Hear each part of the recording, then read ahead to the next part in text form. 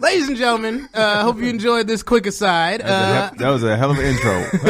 This is a very special version of the Showtime and Kev podcast where we have special guests Ian Harris and Ty Barnett of the Critical and Thinking podcast. Yes. But we can't start our podcast until Kevin does his island intro. So Kevin, give us an island intro, please. In the name of the one called Emperor Selassie, country and tribe of Judah, King of Kings and Santa Cruz Reggae Music Festival, what the Ross got to go on up in this piece, Lord have mercy. Book. Enough things are going. We are official. Thank you, Kevin, for bringing your island ass out at 9 a.m. on a Sunday morning.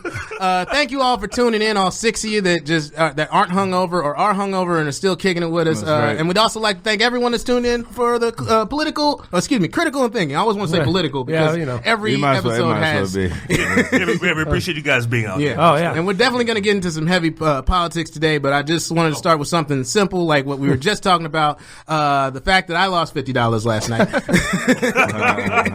I think a lot of brothers did. A lot of black people lost money last night. And there's always a racial animus to a boxing match. You know, no matter how much they try to play it down, you always cheer for your guy. You know, man. I used to say back when Floyd was fighting, he hurt more Mexicans than ICE. Hilarious. Because he always fight on Cinco de Mayo. Although you have to say, we're talking about looking at someone and going, okay, this guy. But if you look at Fury and you know how some of those British dudes, he's what, 8 feet tall, 400 pounds, and you know that he's been glassed in the face at a bar 1,000 times and just shook it off like, hey mate, what you got beer on me? You need a new pint, mate. You know he's as good as that. I always think of a Guy Ritchie movie when I think of just hear his accent and his background. He's basically Brad Pitt from Snatch with none of the body characters. Well, at least we don't have to worry about this dude going to the White House after his victory. Thank God. Definitely Thank not. God. He's going to take his belt to the UK. He'll be all right. That's He'll fine. be hanging out with Boris Johnson instead. I was British surprised. No, actually, the trippiest thing was the licking of the blood. Yeah. Oh my God. Jesus Christ. That was terrible. Wait, was that real? Yes, that happened. Oh. That happened right before he dropped him too. He was like, I'm about to end you, mate. Sorry. Bam. Let me tell you something. First of all, right when that happened, I can tell you, Mike Tyson is at home like, oh, so you guys gonna get mad at me? He's licking blood, bro. Right. That was the most disrespectful thing I've ever seen. And Mike lost that fight. Yes. He did. The ear biting. That's why he bit him. That was a last ditch effort. This is bullshit. I'm taking your ear with me. But BJ Penn, UFC does that. What, he licks people? No, he not them, but he licks when he beat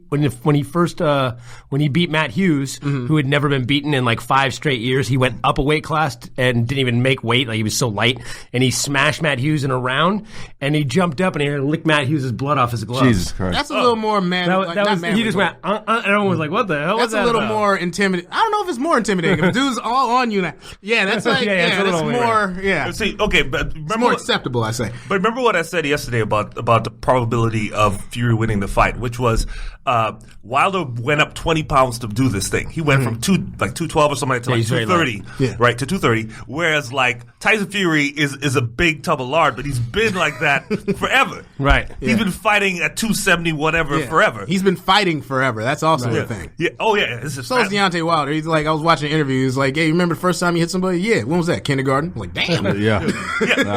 So one person is already used to his body, and he's taken 2 knockdowns and gotten up like the damn Terminator. Whereas the other guy changed his body dramatically to fight. And so it's yeah. If you don't have that speed, you don't have the certain. When you change that, you don't have the same. Kind of, Wilder definitely had a head injury, or you're just when your instincts kick in, you're like, well, why am I slower than I was? Right. Yeah, that sort of stuff. So. Or you're doubting something that, which I would imagine he's so used to.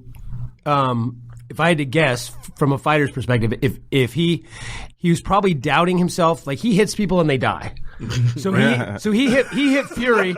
He hit Fury and he was like, all right, let's keep going, right? Twice. Yeah. So he must have been like, man, I need to add some weight. What was that? So that I have more power. Oh, so he was doubting himself. That my power's not there to knock this guy out. So he gained weight, and that screwed up his whole game because he's not the same guy. What was that in Rocky 3 or Rocky 4 where Apollo goes to smash gloves with Drago and Drago's hands don't move? And he's like, oh, shit. Yeah. Okay. As another aside, I just want to point out that Clubber Lang oiled up Clubber Lang traumatized me as a child. Hilarious. And that GIF you sent me yesterday, where he's just going pain. that took me back to like what do you elementary. predict? Yeah, that's my favorite. That's my go-to when anybody's like, "Oh, who do you think's gonna win? What's your prediction for the fight?" Prediction. Pain. They were too oiled up in that movie. Like it was just something about the oil, the sweat, and the blood. Props to Mr. T for being able to get you to believe that he probably could have beat shit. He probably could have actually beat shit out. That was of his Sylvester job Stallone. before he was a bouncer. actor. Yeah. But also to get you to eat your breakfast cereal. So good. So there's not many people have that range. Not many people have that range, bro. Did anybody hear? That is range. That is. Anybody here remember the Mr. T doll? Yeah. You pull the string, and I remember we used to, but it would also go. You pull it, go. Always listen to your parents. That was always the funniest shit. He would just pull it all. Always listen to your parents. Always listen to your parents. You in the room. I pity the fool. Always. We were like, what the? You in your bedroom cleaning your room only because Mr. T, I wouldn't be doing this shit. Right. Even that doll is terrifying. Like, Do white people have intimidating characters like that in their like cultural history? Tyson Fury. but he's not really intimidating though. Like he's a fun-loving type of guy. He doesn't really pull out that "I'll kill you" type shit unless you watch the fight. I guess I don't know. That's a good. Like I mean, I guess maybe The Undertaker. maybe mafia type people in that weird kind of a like the Hannibal Lecter type of like. That's intimidating. In a White different people way. should be more intimidating because they've taken over the planet several times. and over. we're most of the serial killers. Yes. So It's the meek ones you got to watch out for, not the big ones. The meek ones are the ones that are the most dangerous. What do they always say on the news? He seems so normal. You know? That's right. right. We had no idea he had skin for the drapes. Fucking Ted Bundy was on the Republican Council and the police board. That makes sense. Dude, he was on. I think he was an actual elected politician at one point. Wasn't Yes, and but he was actually in the briefings for the police when he was actually committing the crimes that they were talking about the briefings for. If Ted, That's pretty tight though. if Ted Bundy was still alive, he would have a Trump cabinet position. He would have already been pardoned for sure. He would probably be the minister. He's like, look, this guy got away. You know what? He's done his time. That's right. He's done his time, and now, you know, I think. What did he kill? 85 people? I mean, come on. He's already done many months. I've heard a lot of Trump impressions. That's pretty good. Yeah. So wait a minute. So you lost 50. Did you lose any money? Did you? No, I didn't bet. Yeah. See, that's the thing I won't do. I thought about it. I thought about betting on fights, but then I'm like, I just know it's going to be a recipe for me to lose. Whoever it is, I'm not going to. I can't take that chance. It's funny because like this year, every time I bet, it's been bad. Like I bet on the Super Bowl, and I was real happy for like 47 minutes. Yeah, we watched the Super Bowl together at the Haha Cafe, and we were talking a lot of trash up until like with 8 minutes to go. As a Raider fan, welcome. Yeah. Man, but I do recall like in the 80s as a kid. My dad we'd watch all the big fights like Spinks and all those guys, and my dad would sit there and like judge the fights himself. I'd be mad as hell when the judges had a different score than he had. Right? He's like, "Well, this is bullshit." I'm like, "What do you mean?" Oh wow, he got technical with it. Oh yeah, he'd judge every fight. Like he'd have his paper out there. Wow. Like most people just go by, oh, he got knocked down or not. Your dad's like, okay, hold on. Nah, I had to point this. Whoa, who was that technical? He told me, so he knew that he cared that much about the nuances of about boxing. Yeah. Wow. He's got his own CompuBox thing. Yeah, over there. He's like, he was scoring the fights. Wow. It's like, that's a glancing blow. That doesn't count. He was mad when he was always wrong. My uncle used to get the Tyson fights back in the day, and he only got like 2 of them because Tyson had a run where right before he was champion up until like his 6th title defense, where it's like every fight was 30 seconds. It was so awesome. So it was like you spent $100 to go get up, grab a beer, and miss the fight. Dude, if you watch, there's a couple videos out there now of Tyson's greatest knockouts. man, it's amazing and scary at the same time. Where you're like, this dude, I forgot how powerful this dude was. Like, he hit dudes, and one dude a couple fell through the ropes. A couple of them. And you could just One see, dude's like, head came off. Just rolled into the corner. The cut man's like, I'm not ready for this. Yeah, he's like, I need more Vaseline. and I think that's probably why a lot of people, like you said, Cory, like, he had a good run, so that way, when Buster Douglas came along, and they were talking about this yesterday, when Buster Douglas came along, a lot of people were just like, how did this, huh? Yeah. He didn't It's just like 49-1 underdog. Yeah, so I think with Tyson though, and what I actually liked about it, because I'm not a technical boxer, like I don't like the Floyd Mayweathers. I appreciate them, I get them.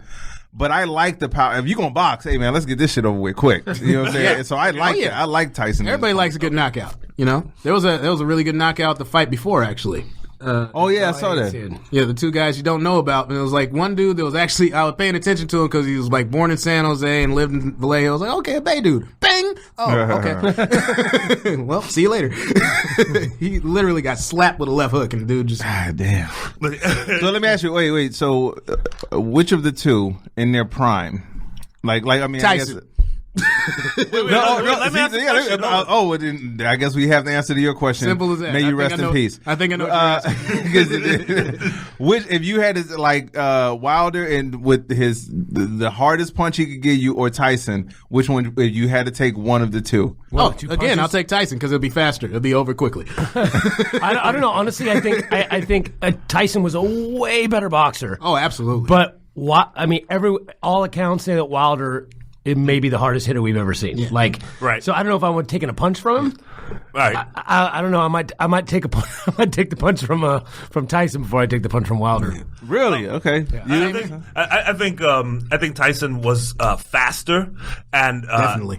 And he would make things go faster, whereas like Wilder does a lot of setup. Like he uses his left a lot, so he has to he needs like a round or two to get there. Whereas Tyson's like, nah, man, 17 seconds. That's it. Well, that was part of Tyson's power, is that he had that rolling left hook and the uppercut, and you just didn't see it coming. Sometimes when you don't see something coming and you get hit with it.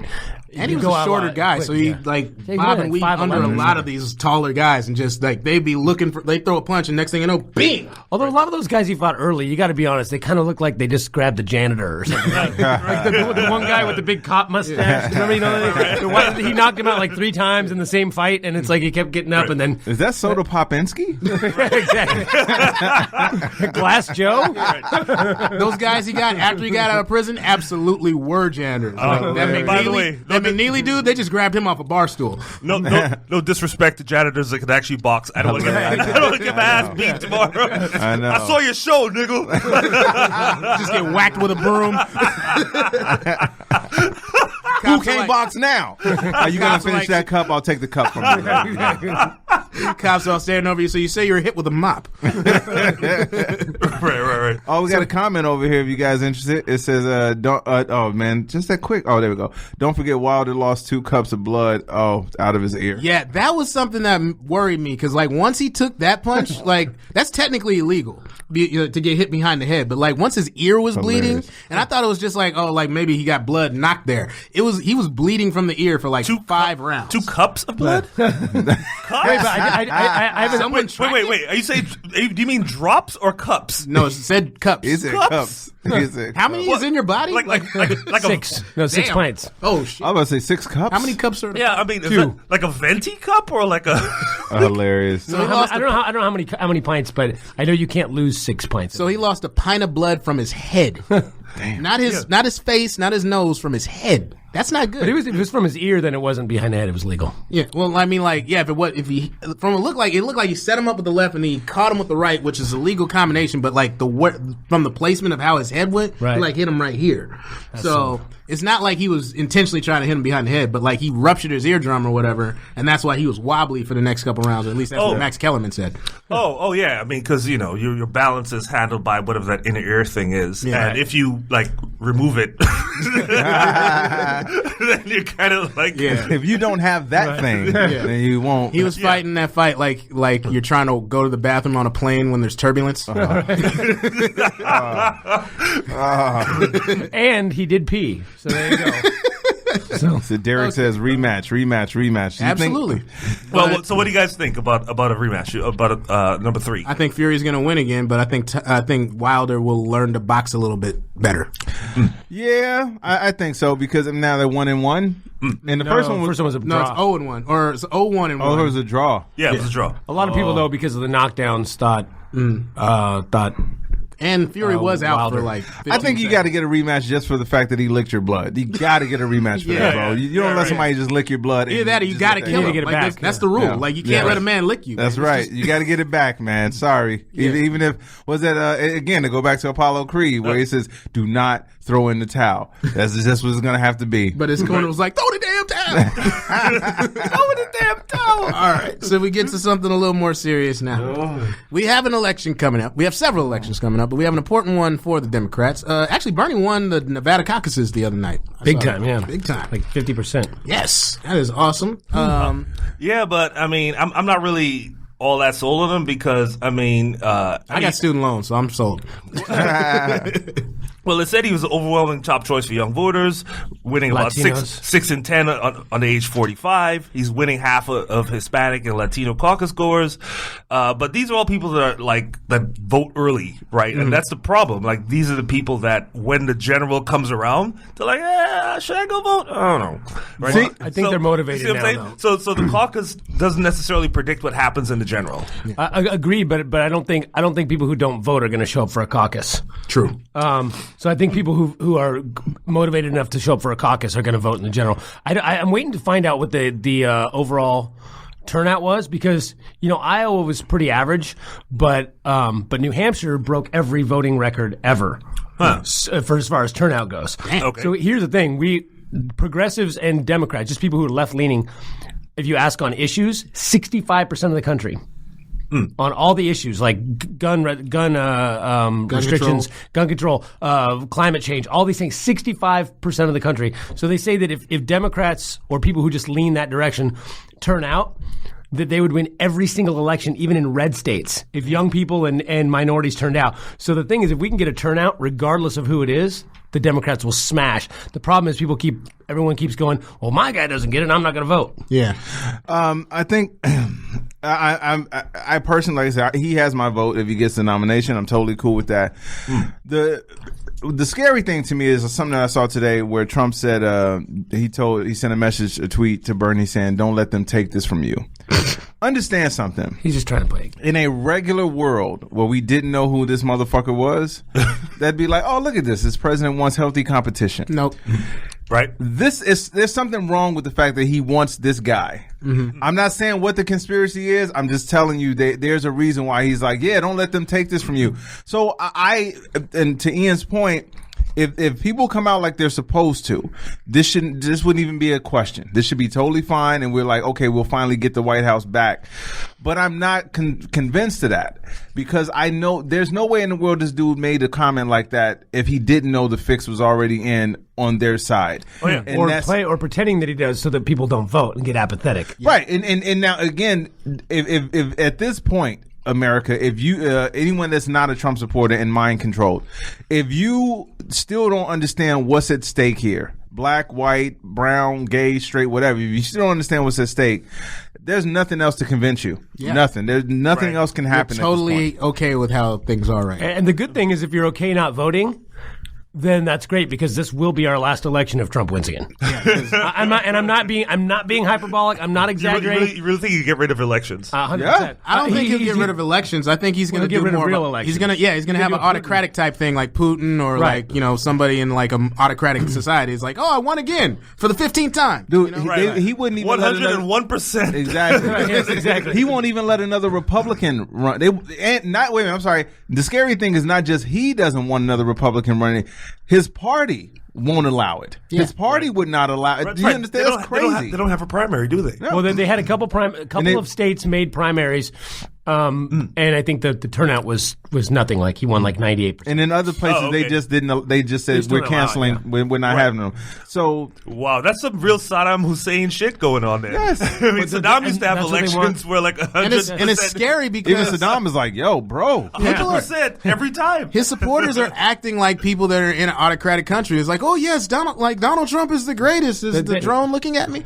Like, yes. No, they're doing the same kind of stuff, like the kind of Kim Jong-un, Kim Jong-il type thing, where it's like, you know, if you read the stuff there, it's like he's never taken a shit in his life. He was born on a mountain to a dolphin or something. Like, he's got all these goofy ass things, and they're already doing that with Trump, where they're like, Trump never. I forgot what was the other day. They said something, and it was like some magic thing. Like Trump has never. God, I can't remember what it was, and I was like, holy shit. He's never sweating his life. Yeah, it was something crazy like that, where they're like, his health is 100%. He's healthier than a 10-year-old. I'm like, what the fuck? Like, this is let me tell you something.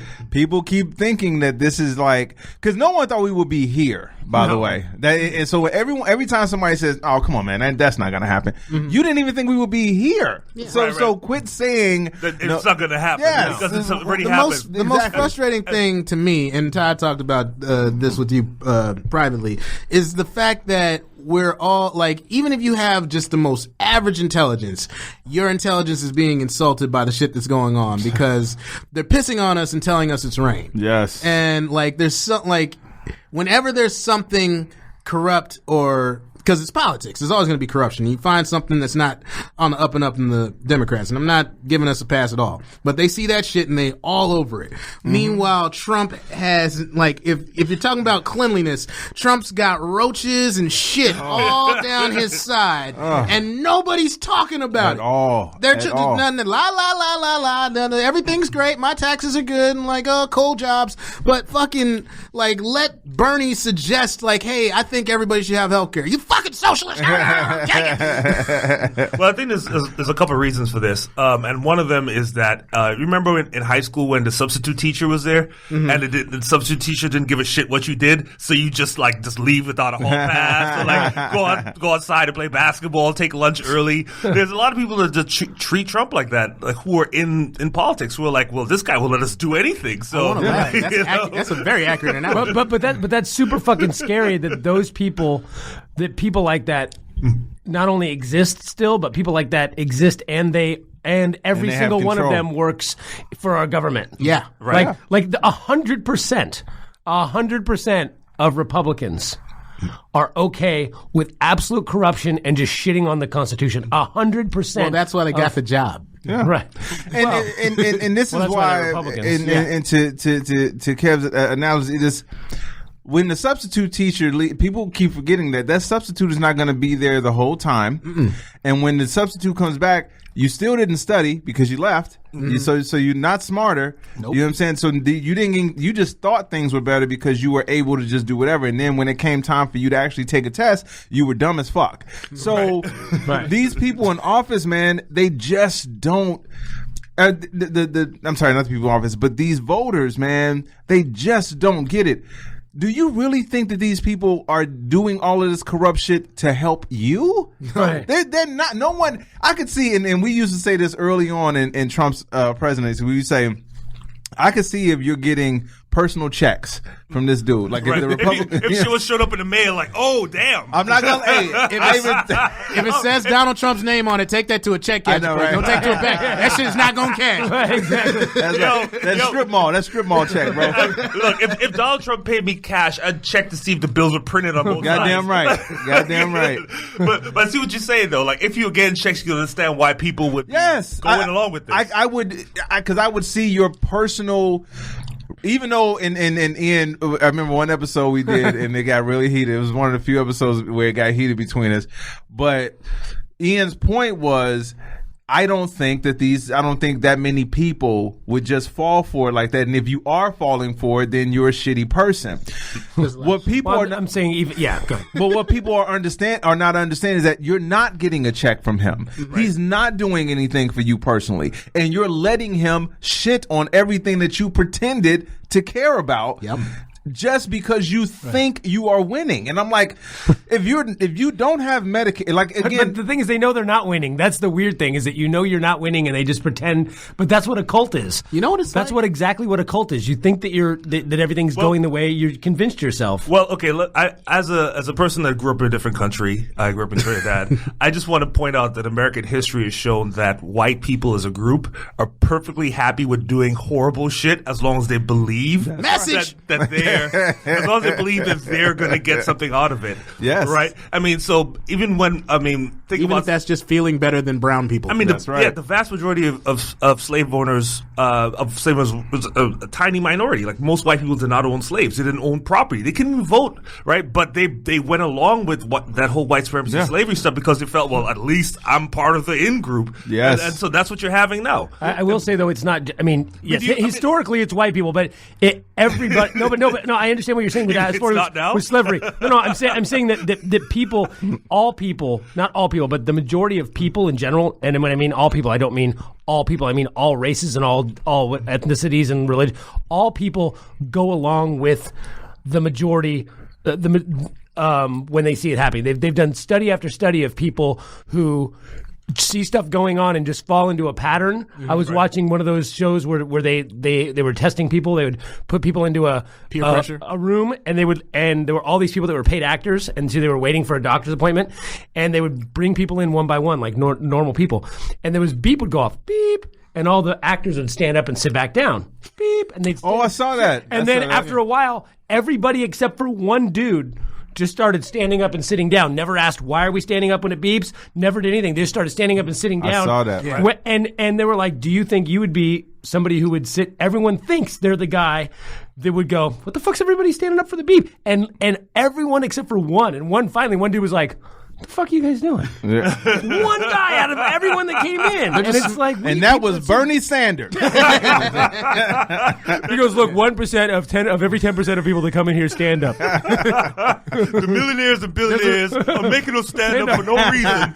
There's a really smart word for that, but it's kind of like peer pressure. It's like a group influence or whatever. But like, I see, like, especially for specifically Trump supporters, I see it more like a sports thing.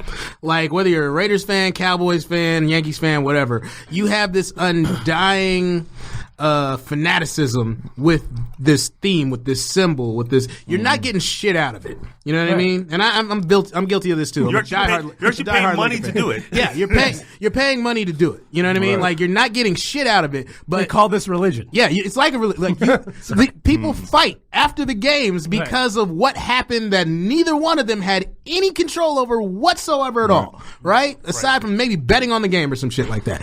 And I feel like Trump supporters are so dug in, like being like, for the sake of, sorry to do this, like Raiders fans are the ones I have the most contempt for.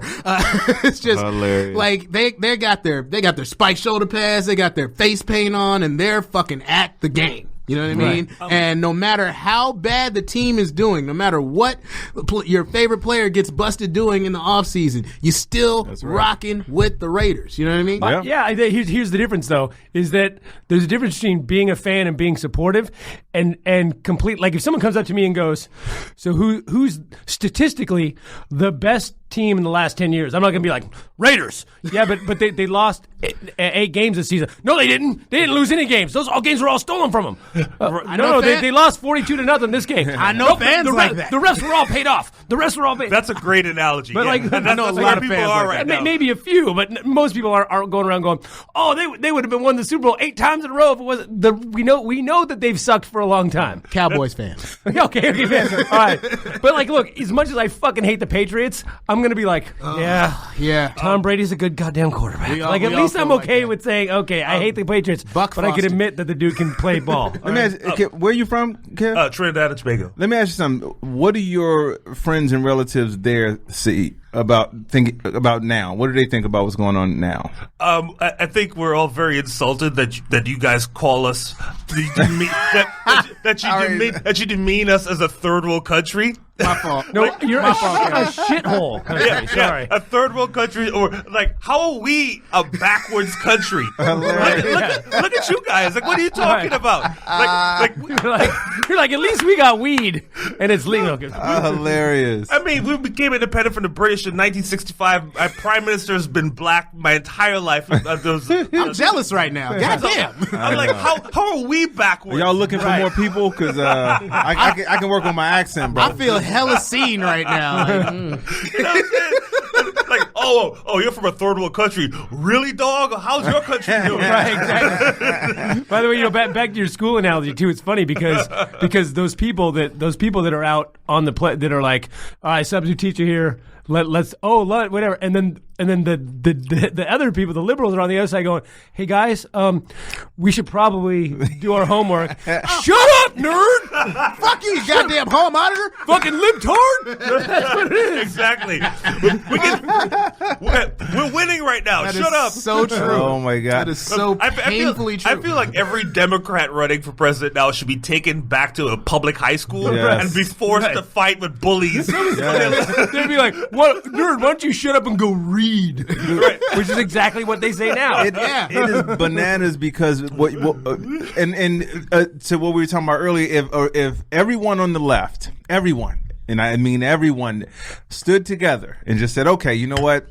Hey, man, let's just admit that it's not just Trump as a problem. It is McConnell. It is Graham. It is his Supreme Court appointees. It is the people and the lobbyists that he's appointing to these positions. Which again, I still don't understand how that's not. It's his kids that were running all this. It's the guy that he just put in the head of national the intelligence agency with zero experience. Not to stop your rant, but that's another thing that goes back to insult to your intelligence. It's like he said all these lies up front, like you're gonna keep your coal jobs, we know all the best people, this, that, and the other. Drain the swamp. The dude's been employing his kids, he's been employing corrupt people, his buddies, all his friends, everyone around him's going to jail. His lawyers got locked up. I'm gonna say this on stage. I've never seen someone so guilty the lawyer go to jail, but he don't.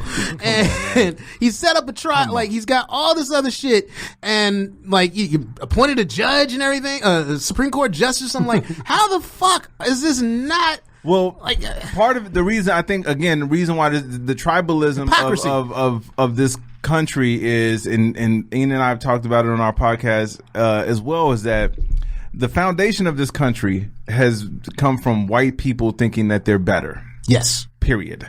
They believe that they deserve the best. That's why they came here, stole shit from people. That's why they've believed that they are in their right to steal from people.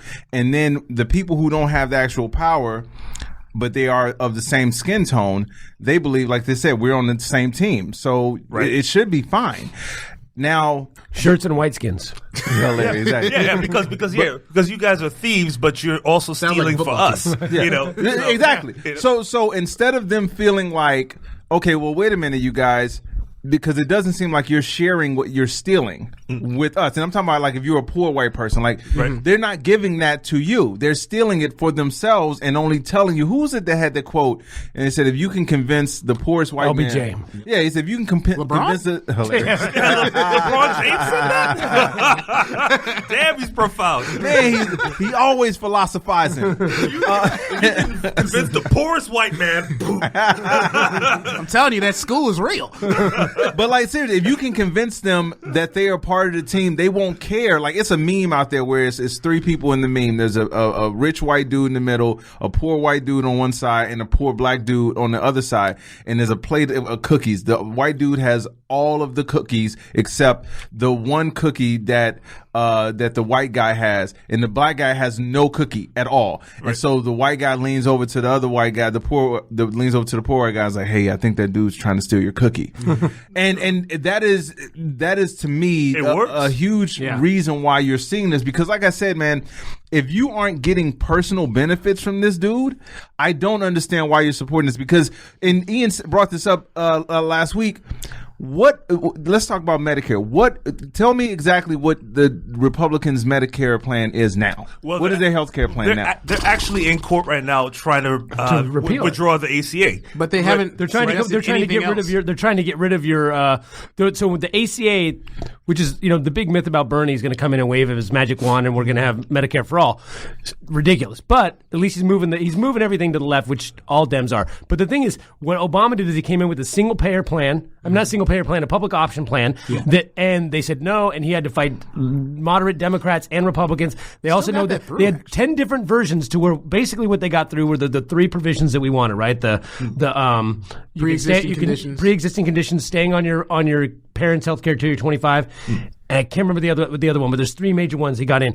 Now they're trying to get rid of those three, and they're telling you, the Republicans are telling people that Bernie's Medicare for all will take away your health care. Right. Well, yeah. I mean, Medicare for all will take away your health. How does that fucking make sense? Well, because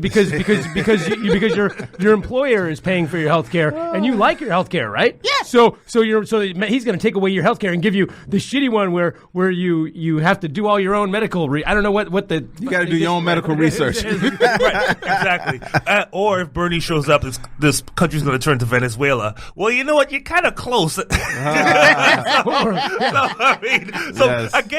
how about can we turn that to Denmark? That's the only thing that's different. Again, shitting on other countries, other third world countries. You're not doing better than us right now, Kevin. Just you make some very interesting points, and I just want to say, personally, we're a second world country. We've been demoted. We've been demoted. Okay. Can we? It was funny in the last debate. Pete Buttigieg. They were talking about like the greatest countries right now that are doing so well, and he mentioned Denmark, and then Bernie's like, which is a democratic socialism. Right. Which is kind of funny. What kills me about healthcare is like, why is this a business? Like everybody's like, oh, it's going to be cheaper, or you're going to get this, or you're going to get that. You have to go through these hoops, you have to go through those hoops. I'm like, why the fuck do I have to pay at all? Because you've been conditioned to believe that, and this is a I was born into it. Here's what if you've told these people this is how it has to be, like coming from Chicago, I had a certain mentality about what was a good meal, what was considered a healthy meal, or anything like that. When I left and came to California, I was like, oh, salad is a real thing, huh? Wow. You know what I'm saying? It's not just something to decorate the table. Exactly. So when you pizza for breakfast, who's not eating that? So when you convince people that they should be paying out of the ass for this stuff, that I don't get it. But now that's why it's hard for people to unbelieve that, as opposed to saying, okay, you're absolutely right. I pay taxes. You guys keep taking money from me, so why aren't you giving me this thing? I to be honest, I want the road fixed, but I need this shit more than that. Right. See, there's two things that they've conditioned Americans. One is that anything that any taxes are socialism, and the people don't want to pay taxes. You can tell if we didn't call it a tax, it wouldn't be a problem. So they've already said, look, we're going to save you $5,000 to $12,000 a year on your premiums plus no deductible. And people are like, and they go, but you're going to raise your taxes 4%, and on you make $50,000 a year, that's $2,000. So we're saving you $10,000. But you're paying $2,000. That's an $8,000 savings. And people and then people go, but it's a tax? Yep, I don't want it. Mm-hmm. And so it's like keywords are a big deal. Right. So people have this idea that, and meanwhile you go, well, you do realize that 57% of your taxes go toward military and buying bombers that we don't use and buying aircraft carriers, and we're the only country in the world. Right. So we're spending all this money anyway on socialism. But the other thing that they've convinced people with the personal with the private insurance is that is the American dream, that capitalism is, if we take away the private insurance and regulate it, that what we're doing is we're taking away the American dream from insurance companies, and it's this idea that's what capitalism is built on, is that the free enterprise. It's the free enterprise. The free enterprise drives down prices. The free enterprise, that all these things that we know are not true because the prices aren't being driven down, they're being driven up. Exactly. By the way, the scariest thing about that whole thing is the people telling you that you don't deserve Medicare have the best health care. Yeah. Right. They literally have the best health care for a lifetime. They're totally okay with you dying. And I saw a story on Last Week Tonight that like blew my fucking mind. It was the situation in Utah. It was like an insurance company was flying people to Mexico or flying them to San Diego and then getting them over the border to Mexico to get cheaper healthcare. Yeah, to get cheaper medicine. Yeah. And then flying them back, and they get like they like pay for your ticket and they give you $500, and that was cheaper than paying for it in the States. So I'm like, you don't see the fucking problem here? And the myth is that Mexico's coming over here for our health care. We are actually going to Mexico for health care. How fucked up would it be if they flew over for the health care and then they got stuck behind the wall we built? Like you have to prove that you're American. So including the plane ticket, it was cheaper to fly them to Mexico. 100%. I know a guy who, this is a few years back. So, they have really good dental care in Costa Rica, believe it or not. They have like a dental college there or something like that. Mm-hmm. I have a couple friends now who it's cheaper to take their entire family, the wife, kids, everything, go to Costa Rica for a 2-week vacation, get all of their teeth completely fixed, and come back than it was for one of them to get their teeth fixed here in That America. sounds like a lovely vacation. That sounds about right. Right. It's like get a root canal, but I get to hang out in Costa Rica for a week. right. Oh, awesome. No, I actually feel. I feel You sold me. Sponsored by Corona. Virus. Wait, no, sorry. No, wait, no. But that sounds like a terrible vacation. If I'm a kid, I'm like, oh, we going on vacation? Wait, what's this dental work? Psych. As an adult, you're like, that's fucking awesome. Oh, yeah, although when you're that kid, later on you're like, I hate vacations. I hate traveling. Just let me work all the time. Right. Hey, we're going to Disneyland. No! Is this the Disneyland where they drill my teeth? Hilarious. Yes. But Last time we went to Why Tokyo is Mickey Disney, wearing a surgical mask? last time I went to Disneyland, I got back surgery. Right, yeah, nah. But to your point, Ian, about like people being convinced of these weird ideas, you just have to ask people, like, when is the last time the price of anything went down? Ever? Right. Like name one thing where the price dropped somehow. Except CDs. on Black Friday. Black Friday is the only day. You get one day, bro. But think about when the reason we can't have monopolies is because if you think about if any of you remember this, a couple decades ago, here in California, they had deregulated the utilities and deregulated like cable and things like that. Mm-hmm. So where we ended up having one cable company, one utility company, and after deregulation, right? Because that's why. Because then everybody else went away because the market that was supposed to drive down the prices, one just took all the power, and then they were just like, oh, we're going to charge you twice as much for electricity now. What are you going to do? Live without electricity? Right. You have to pay it. If every time you want to get cable or a new phone, think about that. The phone industry. You can go to T-Mobile, AT&T, Verizon. Have the prices gone down? No. I told you this fuck Spectrum. I told you when it came to the rental car thing. Not right now. We're on Wi-Fi right now, so please don't. Man, let me tell you. Please stand by.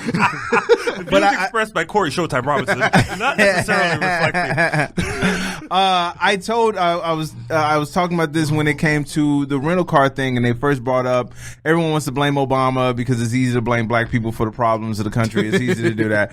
So they say, well, it's Obama's fault that these insurance companies raised their rates and all this stuff. I said, no, because Obama did not write anything in anything saying you have to raise the rates. Mm-hmm. No, it is a supply and demand type of thing that these capitalists took and said, okay, so let me get this straight. Now it's mandated that you have to have insurance. You got to have it. Well, then since you got to have it, and it's the law, we can jack up our prices. Yep. I always say like, I went up to Seattle to rent a car, and I went up on a regular day. I was just going up like a weekday. There was nothing special going on. The rental car was $9 a day. $9, bro. And I was like, oh shit, so cool, that's what's up. It won't cost me that much. $9 for a regular day. Fast forward to a month or so later, it's Thanksgiving or Christmas. That same car, I'm not exaggerating, the exact same car was now $90. $90. And I even asked the lady, I said, wait a minute, I just rented a car from here about a month or so ago. And she's like, yeah, well, it's the holidays. Mm-hmm. Meaning everyone will need a car around the holidays. Supply and demand, yeah. So to the same thing with the pharmaceutical companies, the same thing with these insurance companies. Instead of looking at the people who are actually controlling the shit, you just have to find someone to blame. as opposed to the right person to blame. Right. And that's where we are right now. This is why let me ask you, in what world does it make sense for you to say none of us, if I have to pay $1 more, none of us should have health care? Well, the guy yesterday on Facebook, remember that dude, I walked away from an argument, but the guy said something about, well, I only pay $60 a month. And he goes, and I got a family. He goes, I know I'm in the minority. I was like, yeah, you are in the minority. And he goes, and my taxes are going to go under Bernie Sanders' plan, $10,000 a year. I'm like, well, if your taxes at 4% are going up $10,000 a year, that means you make $175,000 a year. You're doing good, man. So you're doing all right, and you're not going up $10,000. It would go up $7,000.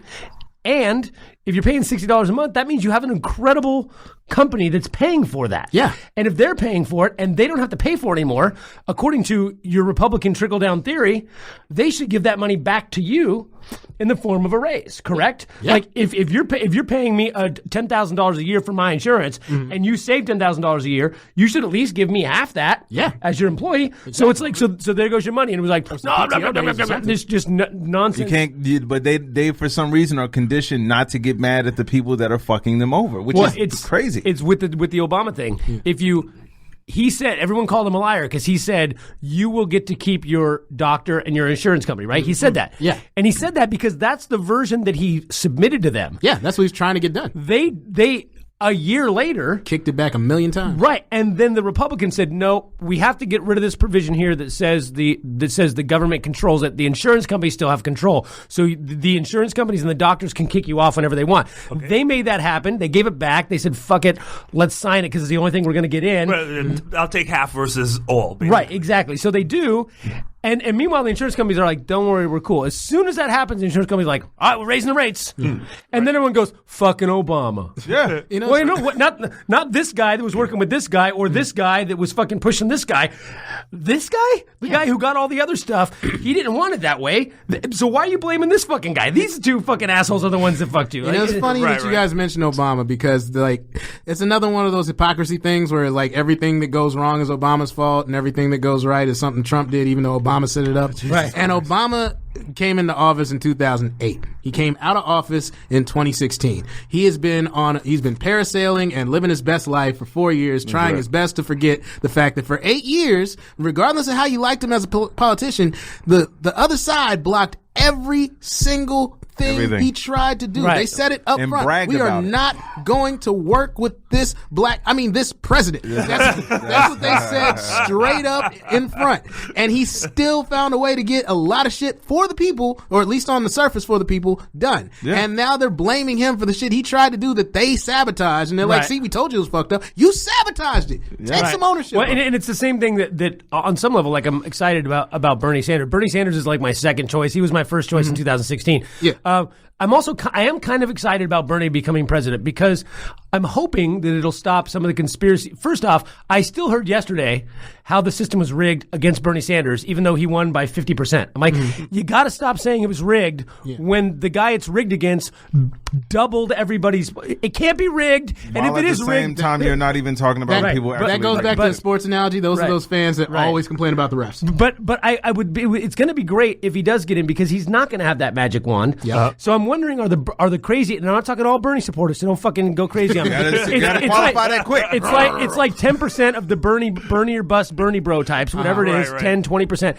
Those people, I can't wait to when Bernie doesn't get Medicare for all on January 3rd, 2021. Are they going to all of a sudden go, Bernie's a traitor. Bernie's just another centrist. He's like, I'm doing because, right. Because that's what they did with Obama. They were like, we love Obama, and as soon as Obama was like 8 years of obstruction, this guy's going, McConnell literally saying, I'm not going to pass anything this guy, and then they're like, fucking Obama was a Republican. Right. Yeah, well, you can't listen to those people. I mean, but that's a lot of fucking people, unfortunately. Yeah, well, I mean, trying to block out a jet. Yeah, there's a lot of voters that have the wrong idea about how politics works. Right. Most voters, unfortunately. I think was it Obama that said this, but I forgot who said it. But the quote is that your politics doesn't end at the voting box; it begins there. Right. So you vote for somebody, and then you pressure them to get things done. Right. Yeah. And if they don't do it, you fucking vote them out and vote somebody that you until you get somebody that will do it. That's how it fucking works. We're not doing enough voting out. Yeah, but there's no Superman. I mean, Trump poses himself as a Superman. Like, I will come in and only I will fix things. Right. He literally said that. Yeah, but that's not how politics works at all. I think he said Superman. But the funny thing is, he's not doing anything, and they're like, "See, he's fixing everything." You're like, he's "What has doing he done?" something. He's doing something. He hasn't done anything positive. I mentioned this the other day. He's a busy motherfucker. You can't call him a do-nothing president because every second of every day he is stealing from someone and then setting up another scandal so that while you're looking over here, while you're looking at why you distracted by this, I'm taking this over here. Bro, he is the bob and weave king. You know, stick and move. I have to give him some credit though. Like, he's actually a genius. Like, I would have run out.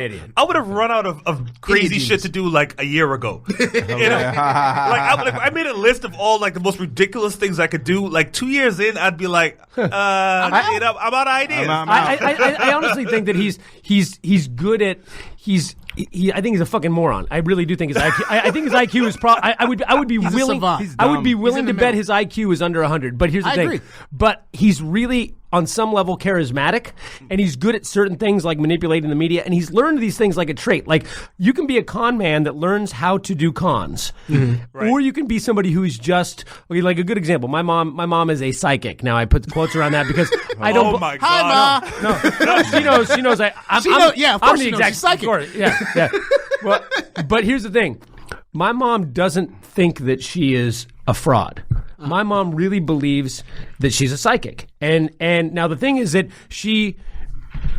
if you know how to cold read, you know what magicians do, you know how to do the trickery of psychic reading, you can look at my mom and go, your mom is a person doing cold reading and frauding people. The difference is she doesn't know that's what she's doing. She does it innately. So she just does it, and it makes her think that she's a psychic. Now, magicians will go, here's 3-4 tricks you can do to get people to do the right thing, make them think you're psychic.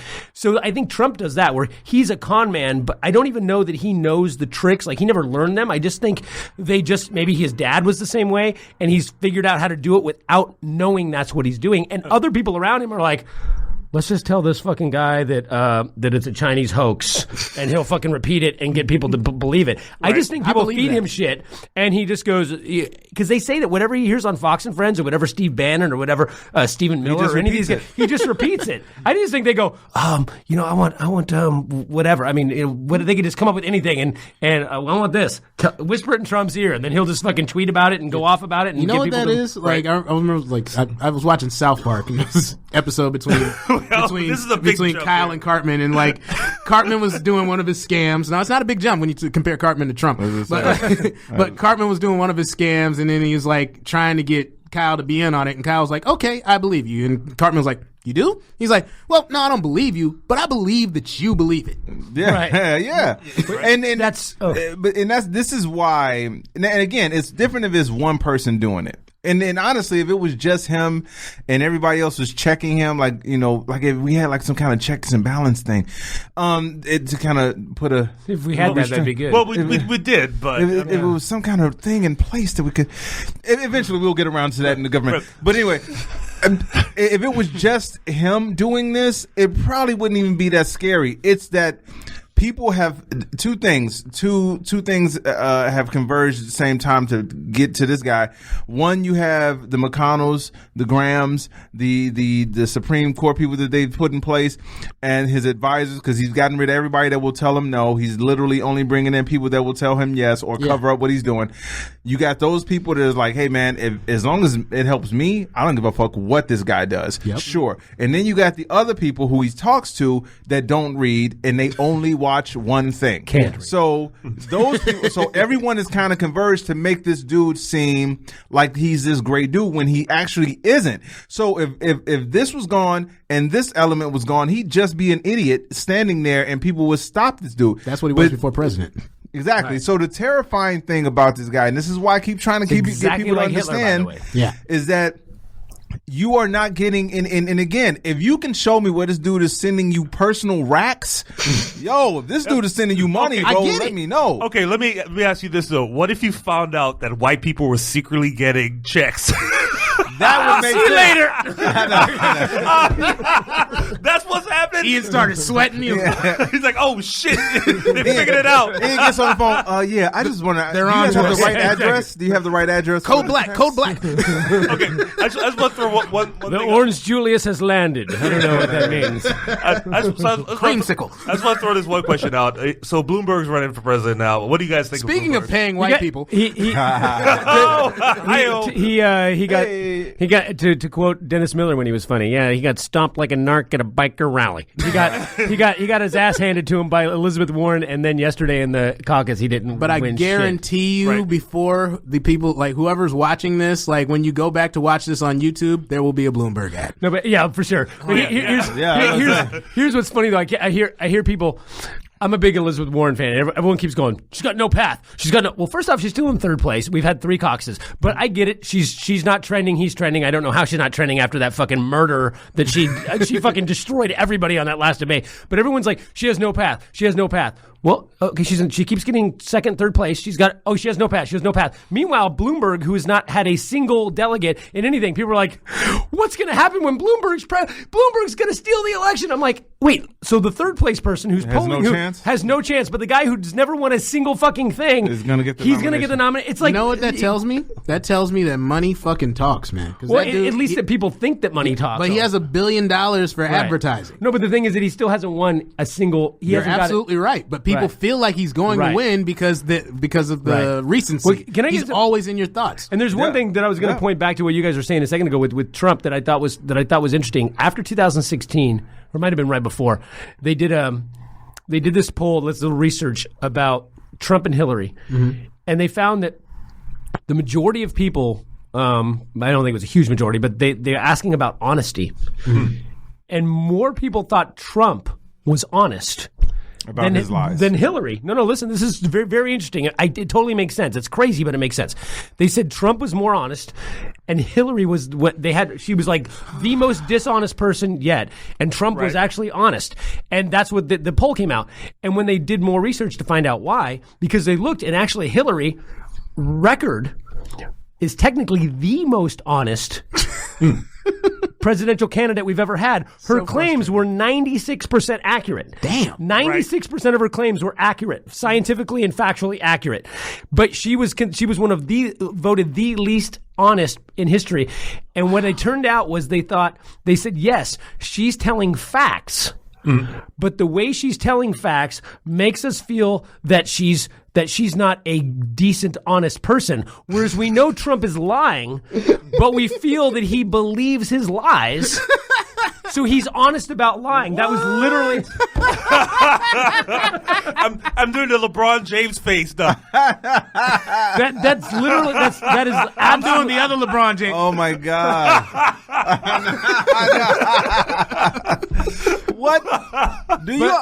That's what people and you look at it. That's part of that was because of the Russian disinformation campaign. Right. But we still see that today. How many people do you know that are on the left that talk more about Hillary Clinton to this day? Yes, Ian, that hit me like right here. Right. But that's the thing is people think that she's dishonest and this corrupt politician. Yet she's never, aside from being senator of New York and then being the for one term of Obama, the Secretary of State. Yep. She's never been an elected official that's done anything corrupt. What has she done that's been corrupt? Well, his part of the reason you just said blinded me with stupidity. not that you were stupid, but no, I get what you're saying.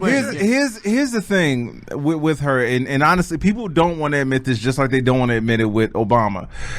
And I'm gonna keep saying it because it's what it is. She has a vagina and he's black. Hilarious. Well, those are two. Yes, no, that is. Those are two like, heavily disqualifying attributes. But that is it because with Obama, and this is why so many white folks racist. So many racist white folks were hurt because they honestly thought this dude was gonna come in and fuck shit up. How dare you give a black person in America the highest office and he not fuck it up? Yeah. So to them, they're like, them off. It really did. Obama would have been better off being a shitty president. Yeah, if he had done like a Kwame Kilpatrick thing, in I Detroit, guarantee you. like that would have made perfect sense to everybody. Because they would have expected that. Yeah, exactly. He would've fit the Shout out to stereotype Kwame Kilpatrick, by the way. You're not getting a pardon, bro. Yeah. It's like Chris Rock went back in Bring the Pain when he was talking about Colin Powell. And by the way, Colin Powell, whitest looking black guy ever. Like I didn't know he was black forever. But he's Jamaican. But is he? Respect. But remember, yeah, that was it. He's like, he's so eloquent. He speaks so well. How'd you expect him to speak? I'm gonna be preso dead. So, and real quick, because I know we got to wrap it. And the thing with Hillary is, again, two groups have been marginalized and to some degree oppressed. I always say white women. Let's be honest. There's only a certain level of oppression. Let's be straight up. Let's call it what it is. But those two groups, black men and white women, are two groups that in America, there's no way you're going to get an equal shot as a white dude would. So with Hillary coming in, being as smart as she was, more qualified, more knowledgeable about the actual shit she was talking about, everyone, even when I saw white women saying that she can't do it, I'm like, fuck, this shit is real. When every time a white woman comes in and is forceful, or any woman comes in and is forceful, they call her a bitch. Yeah, it's the same. Yeah, because she doesn't come out as forceful. She's just likable. But like Hillary's in your face. These are facts. Shut up, Donald. Blah, blah. Oh, she's a bitch. Black people, they used to refer that as uppity. Yeah. Obama was uppity. You got scared a little bit. She was a bitch.